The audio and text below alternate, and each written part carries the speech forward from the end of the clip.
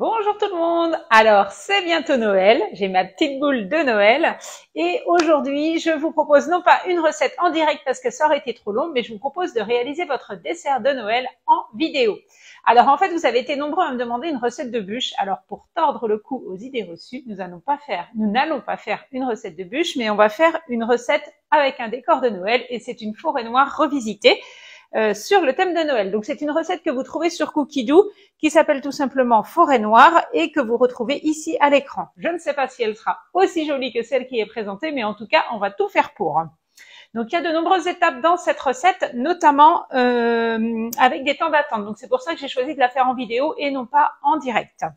Donc là, on va commencer par faire une ganache montée qui va nous servir de garnissage sur nos biscuits et qui va nous servir aussi à décorer notre forêt noire. Donc, on va commencer par mettre 170 grammes de crème liquide. Donc là, on veut que ce soit une crème montée. Donc, il faut de la crème à 35% de matière grasse. On ne lésine pas sur la légèreté de la crème. Il faut du gras pour que ça monte. On continue. On va insérer le couvercle et le gobelet. Et là, on va faire chauffer pendant 3 minutes à 90 degrés, vitesse 1. Pendant ce temps-là, ça me permet de vous parler de la ganache montée. La ganache montée, c'est une crème qu'on va chauffer, à laquelle on va incorporer tout à l'heure un petit peu de chocolat. Et le fait de la fouetter, il va falloir après la laisser poser pendant quelques temps pour qu'elle puisse bien se reposer. Et ensuite, on va la fouetter avec le fouet. Voilà, les 3 minutes sont passées. Donc, notre crème a bien chauffé. Bon, il n'y a rien de particulier à vous montrer. Voilà. On continue. On va ajouter nos 65 grammes de chocolat noir en morceaux. Suivant, insérer le couvercle et le gobelet et c'est reparti pour 2 minutes, vitesse 1. Donc là, sans chauffer, puisque comme la crème est déjà chaude, il n'y a pas besoin de chauffer à nouveau. Alors, après avoir fait chauffer notre crème avec le chocolat, on obtient cette préparation, donc assez liquide, qui va nous servir pour notre ganache montée. Donc là, maintenant, on va la réserver dans un récipient et il faut la garder au moins 3 heures au réfrigérateur et au mieux toute une nuit. Donc, n'hésitez pas à vous avancer quand vous voulez faire cette recette pour pouvoir la réaliser au préalable. Ça vous permettra de gagner un petit peu de temps sur vos préparations pour vos tables de fête. Voilà. Hop. Et ça, donc, ça part direct au réfrigérateur. Alors, on va continuer. Donc là, il me demande de nettoyer le bol. Comme vous le savez, c'est génial d'avoir 2 bols. D'ailleurs, c'est l'offre du moment, donc profitez-en pour Noël. D'ailleurs, petite info, si vous voulez commander le Thermomix et le recevoir au pied du sapin, c'est idéalement vos commandes passées avant le 18 décembre pour être sûr d'être livré dans la hotte du Père Noël. Donc ça, je vais le mettre au frigo. Donc là, maintenant, on va entamer la recette du gâteau. De la pâte sablée. Donc, on va mettre 225 grammes de farine de blé. Il me manque 2 grammes. Non, c'est bon. On continue avec 150 grammes de beurre coupé en morceaux. Avec le beurre, tout est meilleur. On continue ensuite avec du sucre glace. Donc là, bien évidemment, c'est du sucre glace que j'ai fait maison juste avant. Hein. Donc, vous ne l'achetez pas, vous le faites vous-même. C'est encore mieux. Plus économique et pas de boîte à jeter.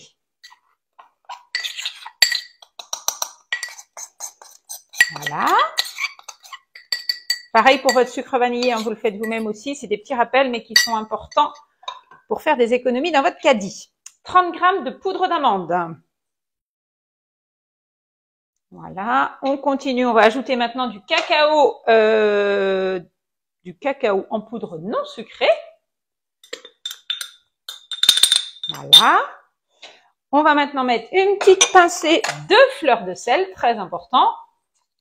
C'est du sel, mais c'est de la fleur de sel, donc voilà. Quoi qu'on avait mis du beurre salé, donc on ajoute ensuite un œuf.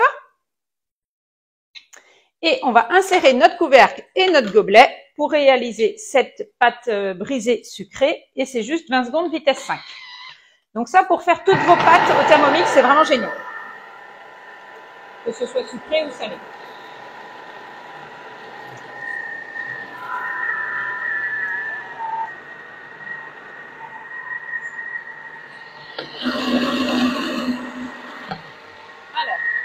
on va pouvoir préparer du papier sulfurisé.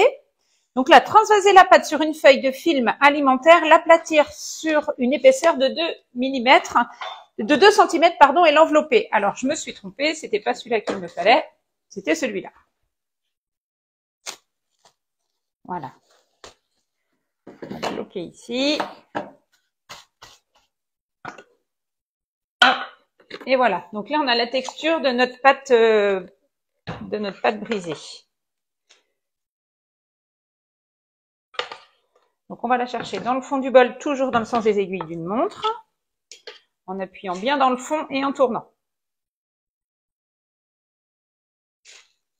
Alors, elle est un peu collante, c'est pour ça qu'on va devoir la réserver pendant pas quelques heures, mais 3 heures au réfrigérateur. D'où l'intérêt de ne pas faire cette recette en live. Voilà. Allez, il me reste un morceau là. Et donc ça, on va la réserver. Je vais prendre ma cuillère. Alors, elle est un petit peu collante, c'est parce que mon beurre était sorti depuis un petit moment et il fait assez chaud dans la maison. On est à côté du poêle, donc une source de chaleur.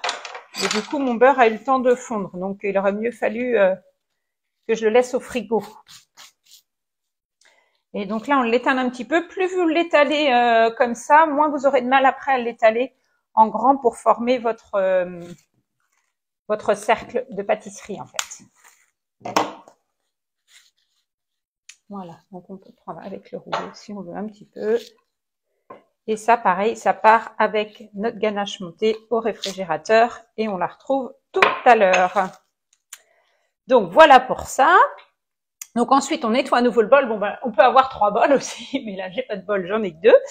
Donc, ce qui est déjà pas mal. Et ensuite, donc, on va la faire cuire. Donc, on va se retrouver après le temps d'attente pour pouvoir la faire cuire et faire également nos petits sapins avec des petits emporte-pièces qu'on va retrouver en déco. Donc là, je retourne sur le détail de ma recette. Je ne sais pas si tu peux approcher, Léonie. Donc là, du coup, on a préparé notre pâte sucrée. On a préparé notre ganache qui va nous servir. Et on va également préparer maintenant le gâteau. Comme ça, il va être prêt aussi. Donc là, j'avance un petit peu et on va venir à cet endroit-là avec insérer le fouet. Donc là, on va repartir avec un bol propre. Alors maintenant, on va partir du coup pour la préparation du gâteau. Donc, soit vous mettez un cercle à pâtisserie sur une plaque, ou si vous avez un moule à fond amovible, vous pouvez l'utiliser comme ça. Bien le beurrer, c'est important. Ou alors, vous mettez un papier sulfurisé au fond, comme c'est préconisé. Donc là, je vais insérer le fouet dans mon bol et je tourne d'un quart de tour, en fait, pour qu'il puisse bien tenir sur mes couteaux. On va séparer le blanc des jaunes de 4 œufs et on va mettre les blancs dans le bol. Donc ça, je l'ai fait tout à l'heure. Donc, on fait toujours attention de ne pas du tout avoir de traces de jaune dedans. Alors, tiens, je vais vous donner une petite astuce. J'enlève mon fouet. Attention, cette étape est importante puisque ce que je vais vous faire là, il ne faut surtout pas mettre le fouet dedans. Donc, vous allez d'abord mettre vos blancs d'œufs dans le bol. On va fermer le couvercle, on va revenir ici avec la petite maison et on va venir donner 2 pulsions de turbo pour casser l'albumine et ça va permettre aux œufs de monter beaucoup plus facilement. Donc là, j'ai 1 seconde et je le fais une deuxième fois.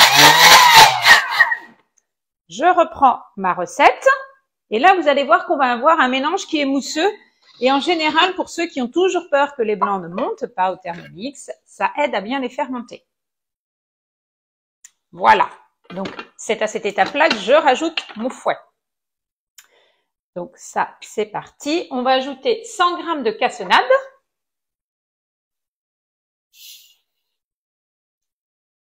On continue avec une pincée de sel. On sait comment il fait comme ça. On a inséré le couvercle et le gobelet. Et là, c'est parti du coup pour 4 minutes, vitesse 4. Jamais plus de la vitesse 4 quand vous montez vos blancs en neige. Moi, je mets toujours mon gobelet un petit peu en quinconce comme ça pour que l'air s'échappe aussi. Alors, on arrive au bout des 4 minutes. Alors, souvent, quand on veut monter des blancs en neige au Thermomix, si vous avez 2 blancs, c'est 2 minutes. Et là, on en a 4. Donc, c'est 4 minutes. Et là, regardez, vous avez des blancs qui ont bien monté. Donc, aucune raison d'entendre que les blancs ne montent pas au Thermomix. Ça marche très bien. Mais il y a des petites règles à respecter. On va ajouter maintenant nos 4 jaunes d'œufs que l'on a réservés. Ils sont là, je vais chercher. Donc, hop. Essayez de pas en perdre. J'ai pas pris la tasse idéale. Voilà. On ajoute ensuite le couvercle et le gobelet et on va mixer 15 secondes vitesse 1. Là, pareil, on ne va pas aller plus vite. On va vraiment laisser vitesse 1, sinon ce qui risque de se passer, c'est que vos blancs retombent. Et si vos blancs retombent, votre gâteau, il va être raplat-plat. Donc, pour qu'il soit bien gonflé, il faut vraiment qu'on arrive à garder ces blancs montés au maximum. On ajoute ensuite 20 g de farine tamisée. Donc, moi, je l'ai fait juste avant. Bon, en général, je le fais pas au Thermomix. Là, c'est un beau gâteau, donc j'ai pris le temps de la tamiser avec une petite passoire. Mais c'est pas forcément une obligation. Mais faites-le quand même.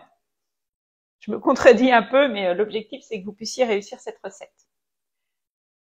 Hop, donc là, pareil, on va bien racler puisqu'on est à 20 g. Donc, il faut qu'on ait la bonne quantité. On ajoute ensuite donc tout le reste des ingrédients. Donc, la fécule de maïs tamisée, pareil. Fécule de maïs, donc maïzena, bien évidemment, puisque c'est la marque. La poudre de cacao. Tamisée aussi, exactement. De la Côte d'Ivoire. Merci, mamie Monique. Bon, elle n'est pas allée en Côte d'Ivoire, mais c'est elle qui me l'a donné. Insérer le couvercle et le gobelet doseur. Bon, là, j'en mets partout, c'est pas grave. Et là, on va faire 20 secondes vitesse 1.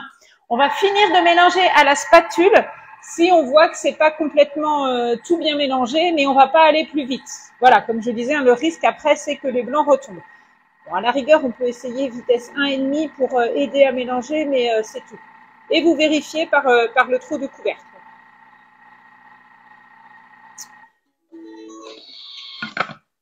Voilà. On va ajouter maintenant, donc là on voit qu'on a quand même un mélange qui est encore très bien mousseux. Ça fait penser un petit peu à la mousse au chocolat magique qu'on avait fait au dernier live. Hop, c'était pas là. On ajoute 40 g de beurre fondu. Alors là, pareil, très important, il faut vraiment que votre beurre soit bien fondu. Moi, j'ai déjà eu l'occasion de me dire, bon, allez, il reste des petits morceaux, c'est pas très grave. Non, votre beurre, faut qu'il soit bien fondu et froid si possible. Suivant, on va remettre le couvercle et le gobelet et on remet à nouveau 10 secondes, vitesse 1.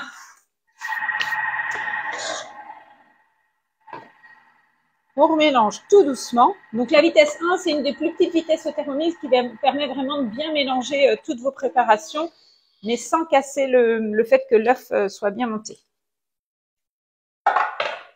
Alors, retirez le fouet. Donc pour retirer le fouet, vous le faites juste tourner un petit peu comme ça. Voilà. Alors, on va pas en perdre. On va le mettre directement ici. Donc, s'il y a des gourmands, hein, vous allez deviner ce qu'ils vont vite faire avec le fouet pour avoir de jolies moustaches. C'est pas mal, c'est Movember. Donc, retirez le fouet, transvasez dans le cercle préparé et ensuite, on va enfourner 20 minutes à 180. Donc là, je racle ma préparation qui me reste autour et j'y vais vraiment délicatement.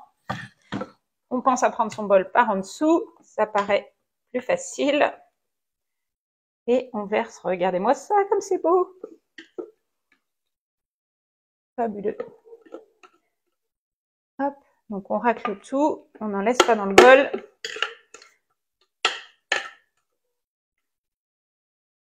Voilà. Et donc ça va partir au four et on va se retrouver une fois que ce sera cuit et refroidi pour pouvoir le démouler de façon assez facile puisqu'on a mis un moule qui était bien beurré généreusement. On enlève également ce qu'il y a sur les couteaux. Hein. Allez. Hop, et donc là, ça part au four. Alors après, donc vous voyez, il nous met bien sur la recette. Laissez complètement refroidir ce biscuit au chocolat et décercler à l'aide d'un couteau à lame fine, donc ce qu'on va faire tout à l'heure. Et ensuite, donc on va profiter pour cuire du coup notre pâte brisée. Donc là, on le fera en 2 temps, mais c'est pas grave. Et il y a une autre étape qu'on fera après. Je ne vous en dis pas plus. Voilà. Donc là, du coup, on répartit. Ça va être joli. Ça va faire des petites marques de couleurs. Et donc là, on enfourne 20 minutes à 180 degrés. Alors, on se retrouve maintenant une fois que la pâte a été réservée pendant 3 heures au frigo pour pouvoir l'étaler, former notre cercle qui va nous servir de base sur notre gâteau et on va également y découper des petits sapins pour la déco. Donc là, le conseil, c'est d'étaler entre 2 feuilles de papier sulfurisé. Donc là, moi, je vais utiliser ma cile pâte et je vais également le faire ici avec la feuille dessus. Donc là, il faut mettre un petit peu de muscle pour bien l'étaler, puisqu'il faut quand même que ce soit assez plat. Donc là, on y va, on n'hésite pas. Et si ça déborde, c'est pas grave, on récupérera après pour faire nos petits emporte-pièces. Voilà. Donc là, du coup, on étale comme ça. Alors, après réflexion, je vais quand même mettre une feuille de papier sulfurisé en dessous parce que j'ai peur que ça ne se décolle pas très bien après à la cuisson. Donc, on va enlever ma cile pâte ou alors j'aurais peut-être dû la fariner du coup. On va prendre des précautions. Voilà, je vais remettre une feuille dessus pour finir de bien l'étaler. Alors, si le rendu n'est pas super joli, c'est pas grave, ça se verra pas à la fin, puisque du coup, il y aura notre garniture dessus. Voilà. Hop, on va faire comme ça va être plus sûr. Donc là, ça fond très vite, hein, dû à la chaleur qui fait dans la pièce et aussi au fait que le beurre est ramolli du coup. Donc, je vais prendre mon cercle ici avec un petit couteau. On va venir découper tout autour. Voilà. Donc ça, c'est bon. On va pouvoir enlever tout l'excédent. Alors, si vous voyez comme moi ici que du coup, ça a trop ramolli, on va tout repasser au frigo pour pouvoir bien tailler nos petits sapins après avec les emporte-pièces.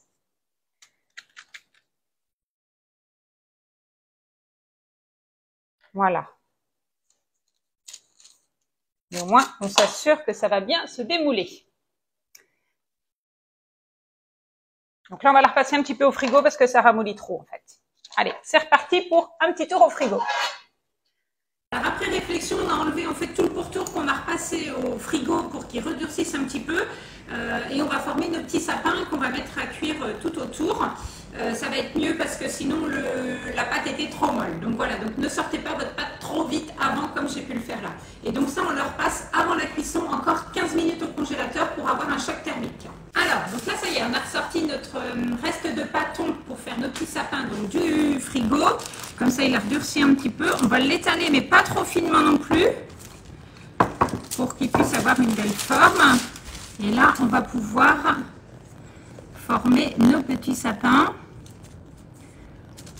ou nos plus gros sapins. Donc, je les bouge un petit peu pour que la pâte se décolle bien autour et qu'on ait moins de mal après à les former. Voilà, j'en ai des plus petits. Je crois que je n'ai pas pris l'emporte-pièce dans le sens. Et donc, tout ce qui vous reste après autour de vos petits gâteaux, de vos petits biscuits, vous pouvez soit les grignoter, soit les ajouter en déco. Après, c'est comme bon vous semble. Donc ça, c'est ce qui va faire en fait la petite forêt qui va être après sur votre forêt noire. Là, ça se tombe bien, dis donc. Ça s'appelle une forêt noire. Je vous fais également un petit serre, merci. Un petit ange, est-ce qu'on va réussir à le caler là? Voilà. Et il nous reste la place pour un petit sapin ici. Voilà, donc ça du coup c'est bon. Donc ça part, comme je vous ai dit, 15 minutes au congélateur avec la pâte sablée sucrée et cacaotée. Et on se retrouve juste après pour le montage. Alors, on continue. Donc, du coup, là, j'ai cuit mon petit biscuit sablé avec les petits sapins. Donc, ça, tout est prêt. Donc là, maintenant, on va faire la chantilly au mascarpone et au kirsch. Donc, on part toujours d'un bol bien propre, bien froid, si c'est possible, c'est mieux. Pas obligé de le mettre au congélateur, mais si vous avez 5 minutes, vous pouvez le mettre. Vous vous assurez, du coup, de bien réussir votre chantilly directement dans le bol du Thermomix. Et là, donc, on va mettre, d'abord, on va mettre le fouet, bien évidemment.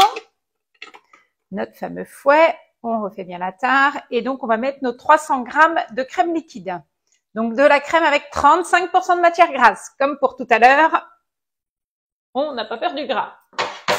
il en faut pour qu'elle monte. On va même rajouter 100 g de mascarpone. Voilà. On continue ensuite avec 35 g de cassonade. On répartit tout autour du fouet.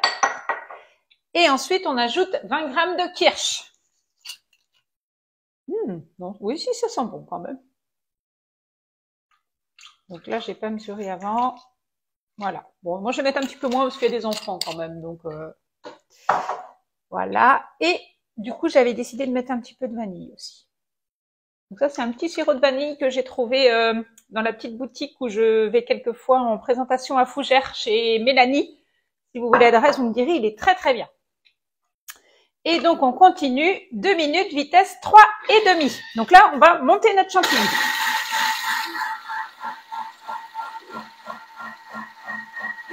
Alors là, il me reste encore 45 secondes, mais je vais décider d'arrêter ma chantilly parce que je vois bien qu'elle est déjà prise. En fait, tout va dépendre en fait de la température de vos ingrédients et de la qualité de votre crème. Et si je continue trop, je risque de me retrouver avec du beurre. Donc, on va éviter ça. Et là, voilà, on a une chantilly super bien montée. Donc, on va retirer le fouet et on va la transvaser dans une poche à douille avant de la réserver. Voilà. Je sais pas si j'ai pris un petit torchon. Et donc là, ma poche à douille. Donc, j'ai mis déjà ma douille dedans. Alors, il n'en faut qu'une. J'en ai une autre petite qui s'était coincée dedans. Une chance que j'ai vue. Je la tourne ici et je la verrouille dedans pour éviter que ma chantilly ne coule pendant que je la mets dedans. Et ensuite, pour la poche, vous la rabattez autour de votre main. Comme ça, vous allez pouvoir au fur et à mesure essuyer votre cuillère sur votre pouce sans en mettre partout. Voilà, donc ça, on y va tranquillement. Si vous n'êtes pas à l'aise, ben voilà, vous en mettez pas partout. À tenir votre bol, vous demandez à quelqu'un de venir vous aider. Voilà, ça c'est bon. Donc là, on va refermer notre poche à douille sans s'en mettre partout comme j'ai fait. Voilà, on va venir tourner ici sans enlever ici l'embout. Et ça, je vais la réserver au frigo. Et là, maintenant, on va passer à la ganache montée qu'on a préparée en amont.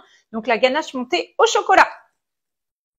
L'avantage d'avoir un deuxième bol, c'est que l'autre, je l'ai mis dans l'évier et du coup, je vais prendre le deuxième. Ça permet de gagner du temps. Mais pourquoi je vous dis ça? Juste parce que là, pour Noël, vous avez un deuxième bol qui est offert et vous avez la possibilité de payer en 10 fois, 20 fois ou 30 fois sans frais. Celle qui marche le mieux, je vous avoue, c'est le 30 fois sans frais puisque ça vous fait moins de 50 € par mois. Donc, si vous avez besoin d'infos ou que vous soyez en France, vous m'appelez. On reprend notre recette. Donc là, on a transvasé notre chantilly dans la poche à douille. On change de bol. Et là, on nous demande de préparer un petit sirop pour imbiber notre biscuit tout à l'heure. Donc, il faut juste mélanger 150 g d'eau, 125 g de sucre, un petit peu de vanille, donc une demi-gousse ou alors le sirop de vanille dont je vous ai parlé tout à l'heure. Et on ajoute 20 g de kirsch et on va réserver le sirop obtenu. Donc ça, je l'ai fait tout à l'heure. Bon, il n'y a pas grand intérêt de vous montrer comment mettre du sucre et de l'eau, donc je l'ai préparé juste avant. Ça, c'est fait. Donc, on continue. On va à nouveau insérer le fouet. On va mettre maintenant notre ganache montée. Donc, ça, c'est la préparation qu'on a fait ensemble tout à l'heure. Donc, avec la crème entière et le chocolat. Voilà. Et on continue. On insère le couvercle et le gobelet. C'est mieux de mettre le gobelet au début, ça c'est sûr. Sinon, vous mettez votre panier, sinon ça éclabousse partout. Et on continue, vitesse 2,5. Donc là, on monte la chantilly.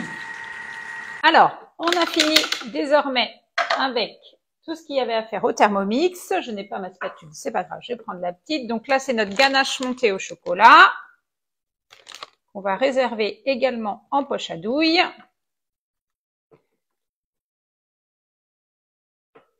Hop. Donc là, voilà, on a fini avec notre ganache montée. On va la récupérer tout à l'heure. Donc là, je vais partir de mon biscuit ici, sur lequel je vais ajouter de la confiture de framboise. Alors, c'est pas de la confiture de framboise maison parce que je n'en avais plus. Donc, la valeur de 4 cuillères à soupe. un peu au pifomètre. Donc, on va l'étaler un petit peu partout, sans aller trop sur les bords non plus. Ne pas que ça déborde. Bon, après, si vous n'avez pas de confiture de framboise, ça peut être une confiture de fraises. Mettez ce que vous voulez. Mais bon, il faut quand même ça ressemble à une forêt noire. Donc, une fois qu'on a terminé avec ça, on va venir poser notre biscuit qu'on a fait tout à l'heure. Donc, c'est bien ça. Couvrir du disque de biscuit. Imbiber généreusement le biscuit avec le sirop au kirsch. Notre petit sirop au kirsch, il est là. Donc, imbiber généreusement. Je ne vais pas verser dessus directement parce que je me connais. Je risquerais d'en mettre trop.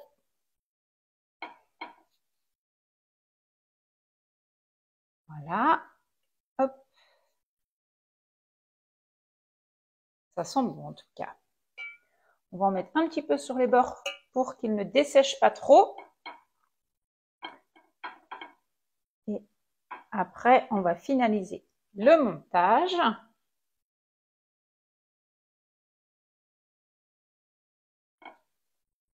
Voilà. Bon, il faut faire beaucoup de sirop, je trouve. Hein. Si on met tout, ça va peut-être faire beaucoup quand même. Donc, ça, c'est bon. On continue. Donc là, on va couvrir le biscuit d'une fine couche de crème chantilly au kirsch à l'aide d'une spatule. Donc, je vais récupérer ma crème chantilly que j'ai mis en poche à douille. Alors, je sais pas sur la photo si c'est étalé complètement ou pas. C'était pas l'aperçu que je voulais. Donc là, je vais retourner avec mes 3 petits points dans le détail de la recette. Ouais, il y en a une petite couche partout. Donc là, du coup, j'ai déverrouillé ma poche à douille et je vais appuyer tranquillement. Donc là, on va en mettre un petit peu partout. Comme ça, généreusement, puisque là, l'objectif, c'est de l'étaler. Bon. Et on étale. Bon, alors, sachant que nous, on doit ensuite transporter ce gâteau jusqu'au bord de la mer à Vannes pour un gâteau d'anniversaire. Donc là, je vous parle de gâteau de Noël, mais nous, ça va être un gâteau d'anniversaire. Hop!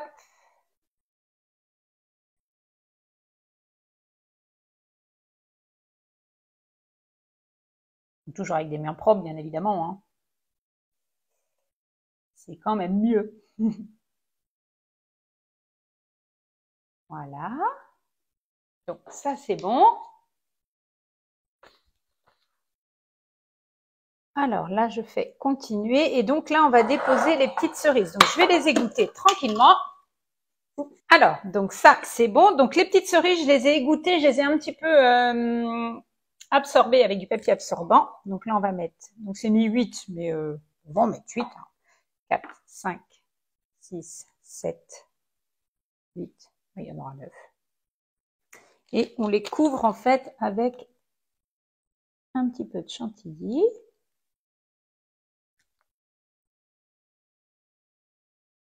Donc là, pour la poche à douille, en fait, ma main gauche dirige la poche et j'appuie avec ma main droite. Voilà. Moi, je pense qu'on peut en rajouter un petit peu au milieu comme ça. Ils n'ont pas vraiment des têtes de cerises.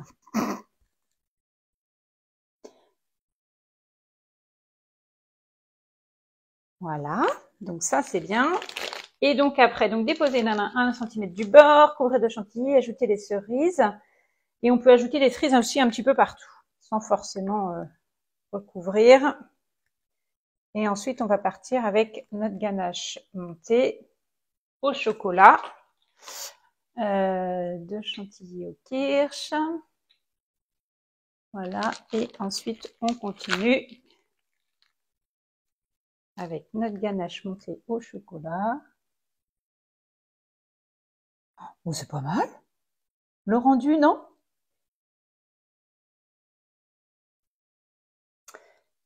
Voilà. Et ensuite, on va disposer nos petits sapins par-dessus.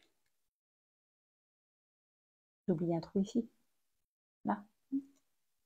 Hop, hop, hop. Là, il y en a partout.